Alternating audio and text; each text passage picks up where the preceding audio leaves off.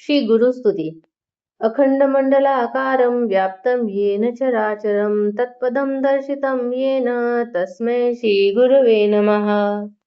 अज्ञानतिमिरन्धस्य ज्ञानाञ्जनशलाकया चक्षुरुन्मिलितं येन तस्मै श्रीगुरवे नमः.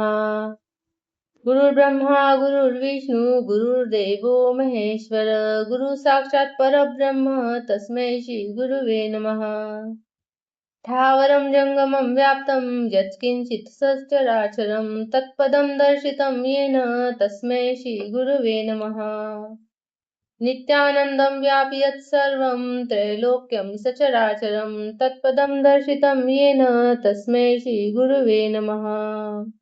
सर्वश्रुतिशिरोरत्न विराजित पदाम्बुजः वेदान्ताम्बुजसूर्यो यः तस्मै श्रीगुरवे नमः.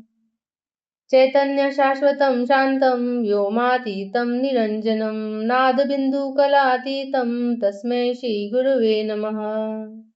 ज्ञानशक्तिसमारूढः तत्त्वमालाविभूषितः भुक्तिमुक्तिप्रदाता च तस्मै श्रीगुरवे नमः. अनेकजन्मसम्प्राप्त कर्मबन्धविदाहिने आत्मज्ञानप्रदानेन तस्मै श्रीगुरवे नमः. शोषणं भवसिन्धोश्च ज्ञार्पणं सारसम्पदः गुरुपादोदकं सम्यक् तस्मै श्रीगुरवे नमः. न गुरोरधिकं तत्त्वं न गुरोरधिकं तपः तत्त्वं ज्ञानात् परं नास्ति तस्मै श्रीगुरवे नमः. मन्नाथः श्रीजगन्नाथ मद्गुरु श्रीजगद्गुरु ममात्मा सर्वभूतात्मा तस्मै श्रीगुरवे नमः. ब्रह्मानन्दं परं सुखदं केवलं ज्ञानमूर्तिं द्वन्द्वातीतं गगनसदृशं तत्त्वमस्यादिलक्षणम् एकं नित्यं विमलमचलं सर्वदि साक्षिभूतं भावातीतं त्रिगुणरहितं सद्गुरुं तं नमामि.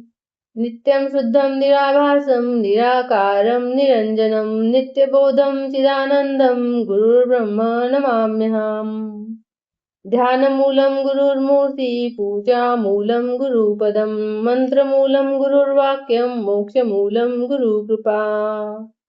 त्वमेव माता च पिता त्वमेव त्वमेव बन्धुः च सखा त्वमेव विद्याद्रविणं त्वमेव सर्वं मम देवदेव इति गुरुस्तुति सम्पूर्णम्.